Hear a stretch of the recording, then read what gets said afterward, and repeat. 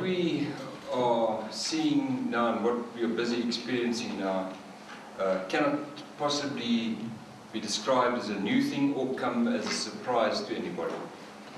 Stephen Roach, who's the chief economist of Morgan Stanley, has been talking about this issue now for 5 years, every year at Davos. For 5 years, year after year. Eventually they called him the prophet of doom, and eventually they banned him from sitting on one of the panels.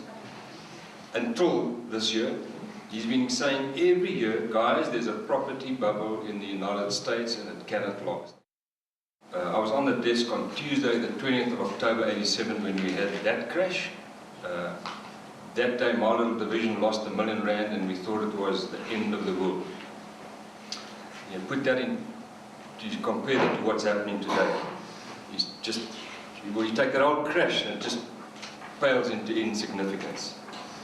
And the two things that differentiate those days and every subsequent crash to that, to now, what we're seeing now, is scale and speed. And you combine those two things, make everything exponentially bigger and make it happen faster, then you've got something which nobody has experienced to date.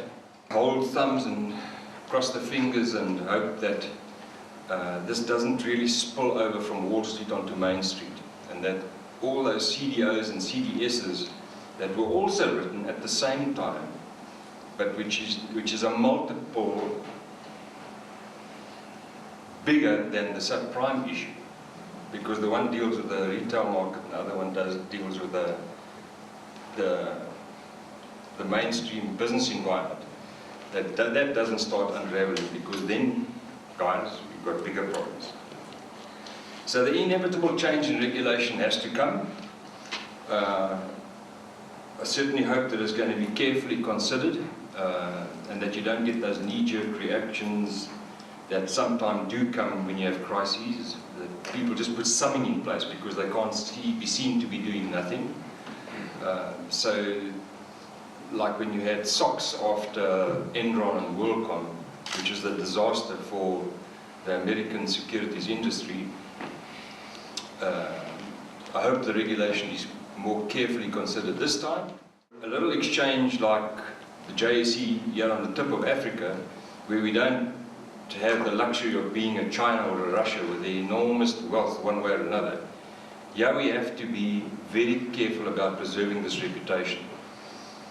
So, I haven't been instructed, I haven't even been asked to close the exchange, as an example, and I take my hat off to my regulator for that.